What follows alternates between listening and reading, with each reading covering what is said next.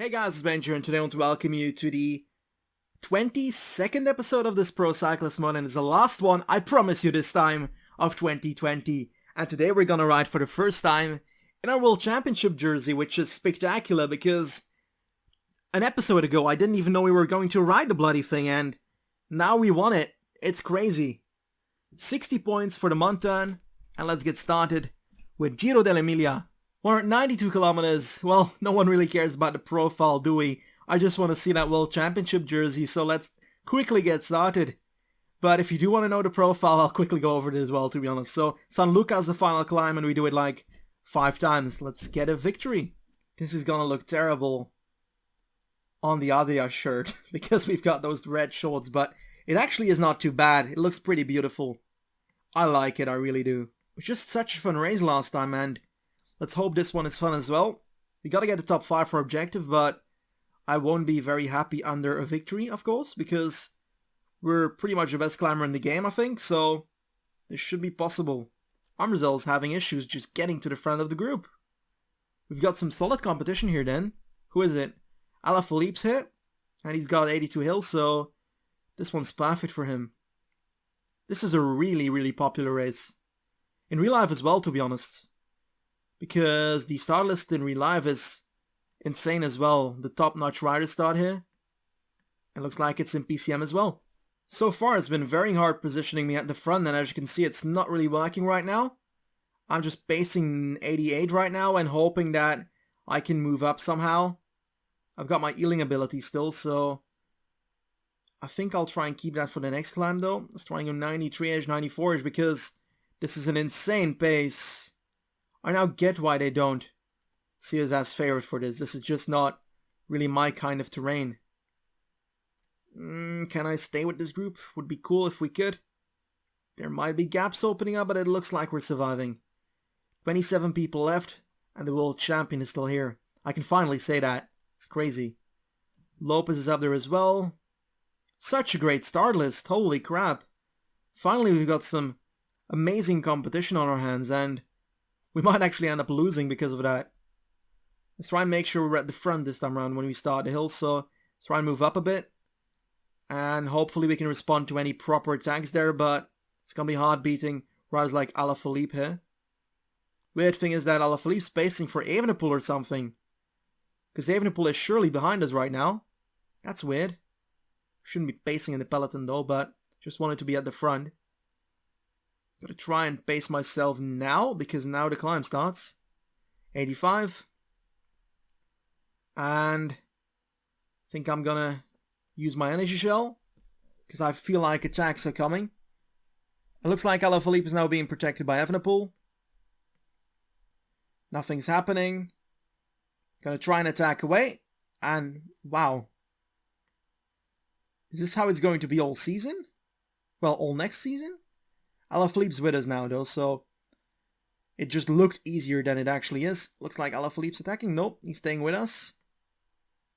He's actually having trouble, so I can drop him. How is this possible? I don't know. Gotta try and get over the top here, and then I can use acrobatic descent into the downhill. That would be great. 8 seconds on Alaphilippe. He's not dying fully though. We don't have much energy left, so gotta make the best of this descent without spending any energy. Acrobatic descent. 30 seconds on Alaphilippe and the other guy. Spending a lot of energy with this acrobatic descent though, but it's not very risky so far. Let's hope we keep on riding this nicely. Come on, 4.5 kilometers. We might be taking Giro dell'Emilia right here, but it's still 1 time upwards on that climb, so I don't want to shout too early. Aerodynamic position, 30 seconds. Let's try and bring this one home. Let's go on the final climb. We've got a pretty solid gap. Those are the guys we dropped, so I feel like we should be able to win this. 1.5 kilometers. Let's hope we have enough energy, because that's our main issue at the moment. Garfi's moving towards us. 1.5 kilometers. 1.3. Oh, that's them. 800 meters. I'm just gonna go. I think we have it. We're gonna win for the first time in our first race in the World Champions jersey after the World Championships. That's Great. Let's put my arms in the air and celebrate victoriously in San Luca. Another victory, quite perfect. I like it. One thing I'm curious about is this finish at San Luca. Is this the same finish that was used at the end of the prologue of the Giro? Because that was also San Luca, I think. So if that's the same finish, then we just did the prologue in the last section in aerodynamic mode. So kind of like the real prologue. Brilliant. Another victory ahead of Carfi and Lopez. That's number 31 if I don't get it wrong at the moment. Considering it's an HC race, we get 33 points. Then again, I think it's mostly related towards the objective. If they want you to get top 5 and you get first, you get more points than if they would ask win the race and you get first, I think. Because last time we had first on World Championships, and I would say that World Championships is more important than Emilia. And we only got 14 points there. So there's at the moment no correlation there in my opinion. Nonetheless, let's continue onwards with the last race of the season. Milano-Torino. The final straw of the season, Milano-Torino. Why did I say Milano-Torino? Milano-Torino. We're 95 kilometers and it is at the start flat, but it finishes on 2 times the Superga. That's a weird name. 9.3% average, 19.5 max. Let's see if we can take this one home. We've got some solid competition. Lopez again, pretty much the same as Emilia, but I think it's one level lower because I don't see these other big guns next to Oh, Nibali's here, never mind. That's the biggest gun that anyone can find. The best rider in the world, of course, except for us at the moment because Nibali's not world champion. We are. 25 kilometers left and it's about to go down, so let's get ourselves protected. Not actually gonna set up a train on this one. Just gonna sit with Lopez, our biggest competitor, because he's now 84 mountain just like us. For the rest, I don't see competition of that stature. Yeah, I think that's the guy we need to watch out for, to be honest. Gotta try and move a bit more towards the front because I feel like we're a bit too far to the back. To the left here. Together with my future teammate, Rosetto, hopefully. Now, let's try and... Yeah, we're not in a great situation right now, I gotta be honest. I'm gonna have to use my healing ability, that's for sure. There we go. Gonna try and move forward a bit. It's hurting us a bit, gotta be honest. It's not being easy to get up there at this space. We've got the big guns up there. Mollema's now riding from Mitchelton. Fuglsang's up here with AT Hill. Oh my goodness, these guys are using their hill stat a lot, which we don't particularly have, but today we've got 78, so it's not going too bad. Let's use the last bit of this healing ability to move towards the front. There we go. I don't think the downhill is steep enough to attack, so might just wait till the last climb. Not sure that's a good idea though. But I think the climb is long enough to go on the climb itself. Caruso's doing something. I just don't know what. At the front we've got regular breakaway riders, so I don't expect them to stay ahead. Should I just go? 70 kilometers is a long way though. I'll just do it. Fuck it. There we go. We're off. 11 seconds. Don't think it's gonna be that easy on this one though. We've got Caruso trying to bridge up towards us again together with Mollema. And I'm gonna try and recover a bit. Now I'm just gonna stay in the group. We've got one guy ahead, Soto. Don't think he's gonna stay ahead. But let's still watch out because, yeah, he won't stay ahead, no worries. 6 kilometers, it's about to happen. The climb is about to start. Gonna start off on 85 already. Looks like it directly starts with the steepness. That's exactly what we need. Final 5 kilometers right now. I think this one's gonna be much easier for guys that have actual hill. I'm afraid of that at least. Can't get past. Oh, we got blocked by Kelderman. For fuck's sake. Caruso doing the same thing. Let's try and move towards the front a bit more. Don't want to spend my energy yet. Energy gel. Good that I said energy, because else I wouldn't have noticed. Gonna try and move forward a bit more. 87. Trotnik is now pacing like mad for, I don't know, for Nibali, but no, for Dennis. Really? 3 kilometers? Let's try and move towards the right because I don't want to get blocked by... He did it. Trotnik blocked me. God damn it. 2.6 kilometers, attacked by Mollema. Let's try and follow that. We're not great at following attacks, but I do believe we can do this one. Nibali's Italian champion, that's why I didn't see him. Oh my god, I'm just blind. Last 2 kilometers. Can I attack past Mollema? I just don't think I have the yellow for that.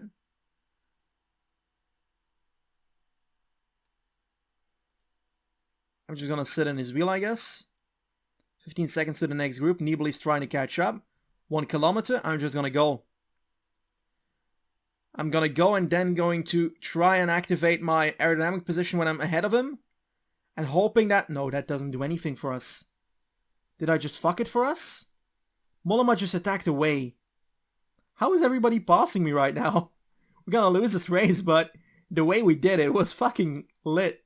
Anyway, Bauke Mollema takes it. We finish 5th. That's terrible. God damn it. Just behind Conti and Egg. Yeah, we lost this one to Bauke Mollema. It's a bit unfortunate. Mainly because it's only because I attacked too early.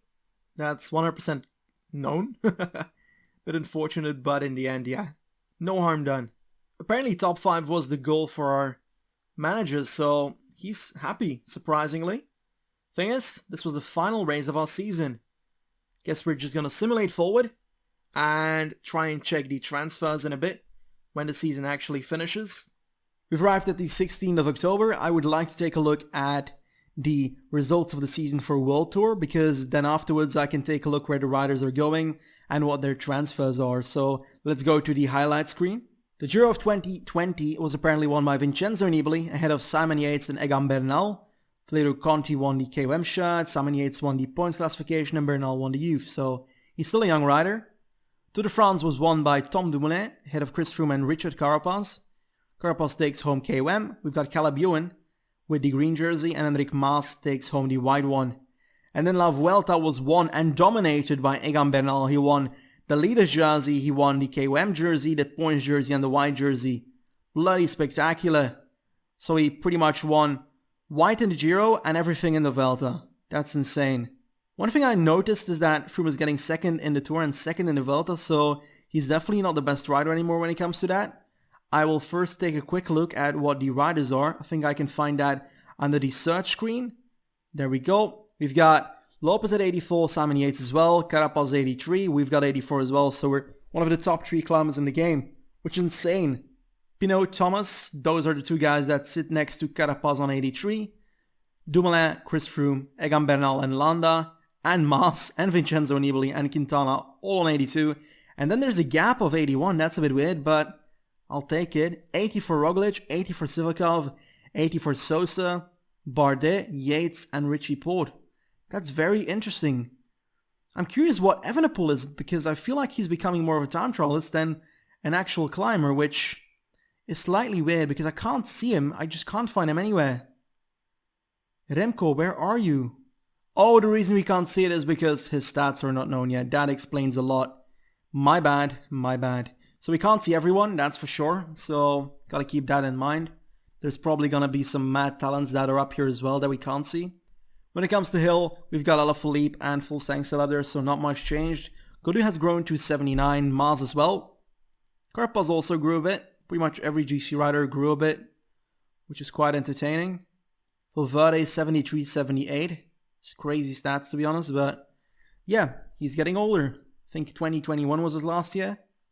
Quintana 82, mountains, so he grew again. That's pretty mad, but I like that a rider can be mediocre in the World DB in the current season in real life, but in the future seasons regrow to what his initial potential was, which was for Quintana winning the Tour de France a few years ago. So that's something we tried to put in the World DB, and it seemed to work quite well, so I'm happy that that does work. Let's take a look at sprint. We've got Groenewegen on 85, that's crazy. Gaviria 83, Caleb Ewan 82, Ackermann 82, Viviani 82. Massive growth. We've got Hodge here on 81, so he grew a lot. Other talents that I'm not noticing yet, I don't see much. Saro has grown, but that's kind of... Dusan Rajovic is quite high up, to be honest. And when it comes to Kabul, we've got Van der Poel and Sagan on first, and Van Aert is 80. So a lot of changes there as well. Barrier doesn't really matter, to be honest, at the moment. Crazy. Yeah, crazy. Super surprised about some changes here because Some are just unexpected. But overall, it's pretty clear that the young riders, the young talents, are not on the level of these guys yet, which is realistic in my opinion. Anyway, let's continue onwards with this. Let's take a look at the tools. We've got Dumoulin winning Santos Tour Down Under, Lopez winning Paris-Nice, Tirreno Adriatico was won by Simon Yates, Vincenzo Nibali won Catalunya, Landa won Itzulia, Thomas won Romandy, Yates won Critérium du Dauphiné, Froome won Tour de Suisse, Enric Mas Pologne, and Big Bang Tour was won by Niki Terpstra. He's back. When it comes to the World Championships, we all know who won. It is us. I'm quite happy about this, really happy even. Good ride.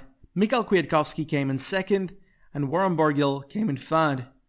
Dennis is the ITT champion, Nelson Oliveira second, and Søren Krogh Andersen third. Thing is, I don't know why the colors of the World Championship in-game and in the TDF game as well are different from the real one. Is it because that is trademarked or something, or they have to buy rights to the color scheme? That's so weird, but there has to be an existential reason that they gotta make a fake rainbow jersey, in my opinion. I don't get it.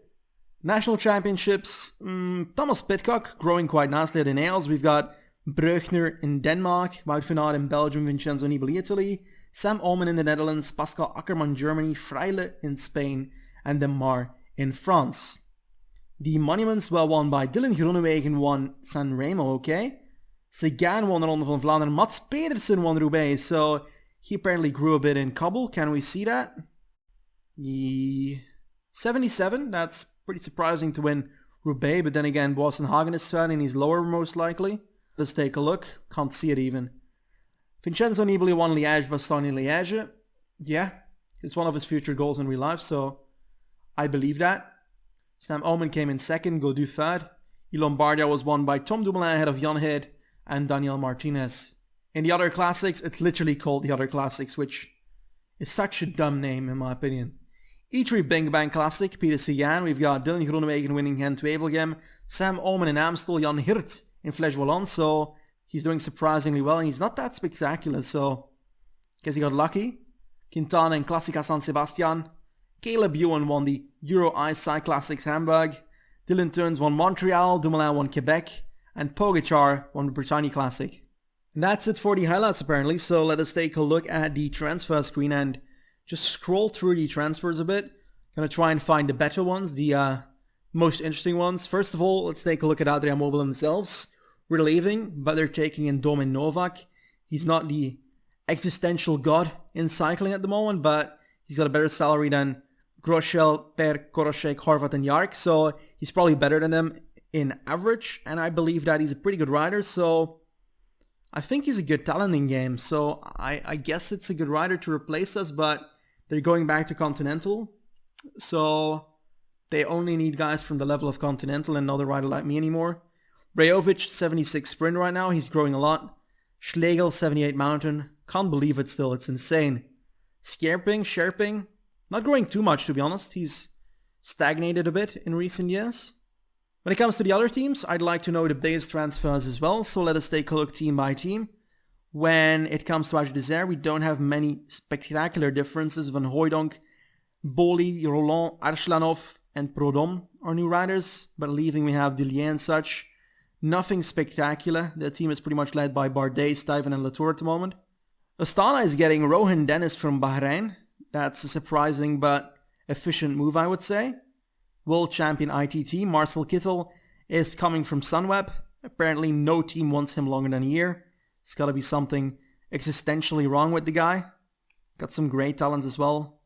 Zurlo, not sure it's a talent though, it's 26, but I mean like Pierre Barbier, not terrible. Emilio Chima, the god of Netflix.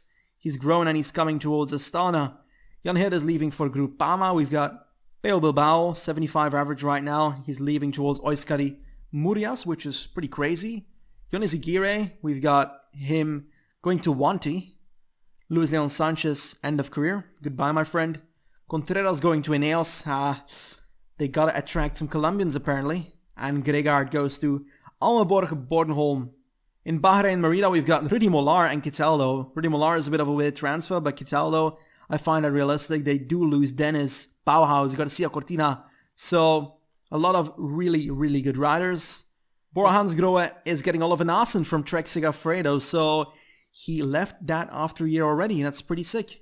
Getting Bauhaus as well. Peter Sagan is going. Ackermann is going and Formolo is going, so the team is pretty much Oliver Nassen and Schachmann right now. We're in Barguil as well, but that's nothing to replace a guy like Sagan and Ackermann, so crazy. Yeah, that's a crazy move to Corendon. Mainly because they're losing Van der Poel there because he's going to a different team. Ackermann is going to the Koenig. And here we go, the Koenig. They're getting 2 Germans actually. Nils Polit as well. And they're losing Yves Lampaert, Elie Viviani to Mitchelton and Jacobsen to Trek Segafredo. So they needed to get a sprinter and they did. They also have Hodge, so they still have like 2 massive sprinters. And for the rest, it's pretty much the old guys. Gilbert, Stibar, Jasper Philipsen here as well, Evenepoel, but yeah, his average is quite high according to this graph, but I just can't see it. He's apparently better than Seneschal and such, so I'd get like 75 average, which is probably like 82 TT at this point. At the Education first, they're getting Jay McCarthy, Jonathan Brown, Wachter, and Duchesne. They're leaving Sepp van Marke and Clark behind. Sepp van Marke going to Middleton, Clark going to retirement home. Literally, not Trek Segafredo this time. At Groupama, they're switching around Rudy Mollard and Jan Heerd. And they're losing Rossetto. No, they're actually getting Rossetto, my bad. Which is really sad because he was one of the guys I wanted in my team. Even though he's a bit of a dirtbag in real life, apparently. It doesn't mean I will forget his 2016 Tour de France on this channel. That was an amazing playthrough. Lotto Soudal is getting Jan Bakelans, Gordon de Winter. So a new guy apparently. Bert de Bakker, but they're losing Christophe Laporte, who was also here for like a year. Lawrence Nassen is going. Oh, that's sad. Goodbye, my friend. Mitchelton Scott, 79 Gaviria, 78 Viviani. We've got Sepp van Marke at 77. Davide Formolo on 76. This is crazy, but the weird thing is, where's Viviani on the right? He's not showing. That's super weird. I think that's a bit of a bug. I think it's a bug. Simon Yates is leaving, Trenton is leaving, Chavez is leaving, so they're losing a few big guns, but they're getting loads of good guns, so this is a good transfer season for them. When it comes to Movistar, they are getting Kruijswijk from Jumbo Visma, they are getting Valerio Conti from UAE, and they are losing Mikel Landa to Jumbo Visma. I think that's pretty much a switch with Kruijswijk, to be honest. Dimension Data, nothing spectacular. They're surprisingly still in World Tour, I don't get it.